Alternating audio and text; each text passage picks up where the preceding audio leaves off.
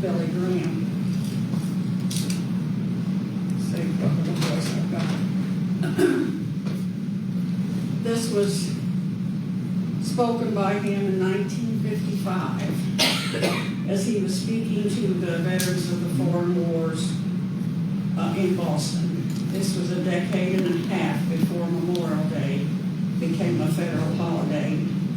He's speaking here about the battlefields that we have over our country that was where battles were fought many years ago. And he was talking about this, and then he began the message that I want to read if you'll be patient with me. The battlefields of the world today are hallowed and holy to every American. We pause to give them our highest honors, humbly recognizing the sacred trust that these our war dead have handed to us.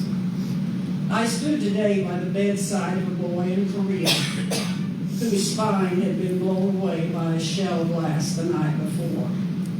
But by some miracle, he was still alive.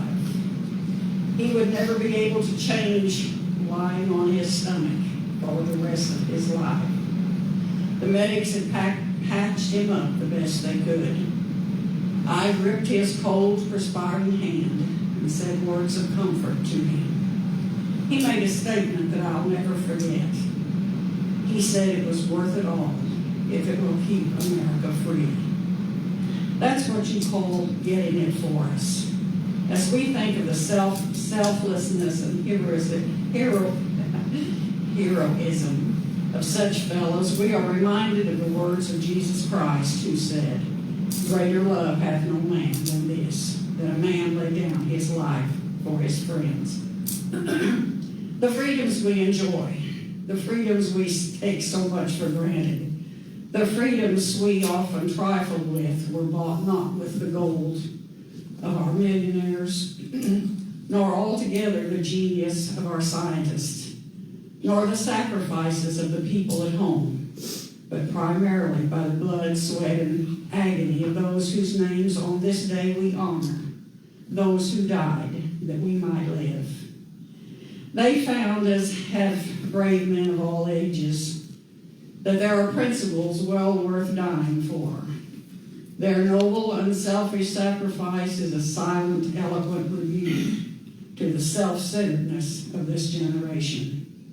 Let those who want peace at any price remember this day that thousands have died for honor and freedom, and that what we have today has come at the price of shed blood.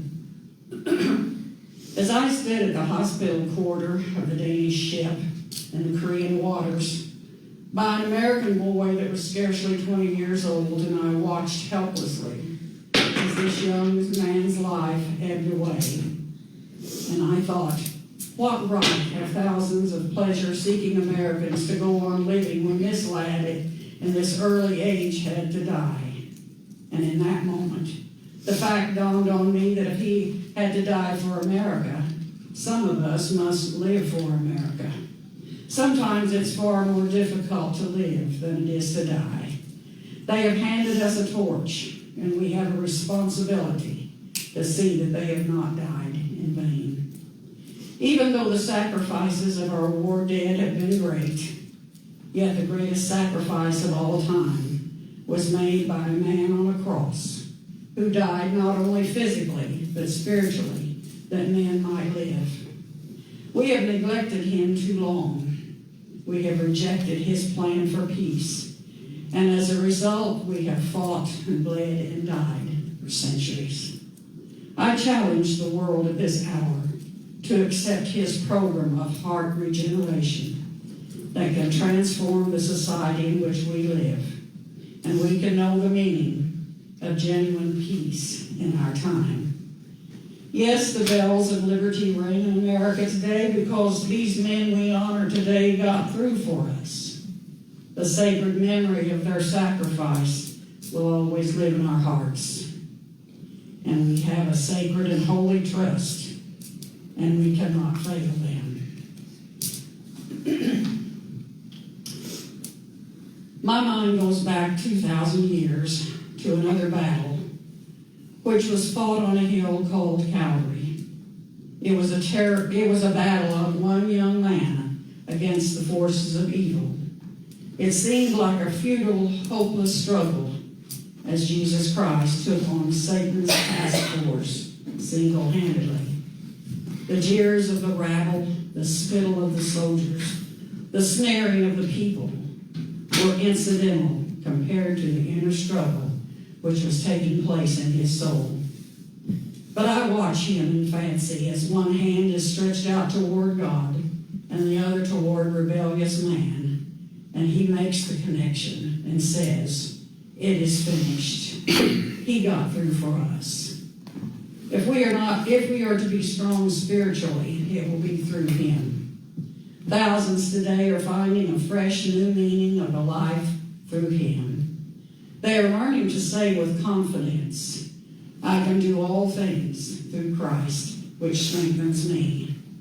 We can best keep faith with those who have gone before by keeping faith within ourselves, with our highest ideals, and with God. Find peace in God today. I thought that was appropriate for today and every day.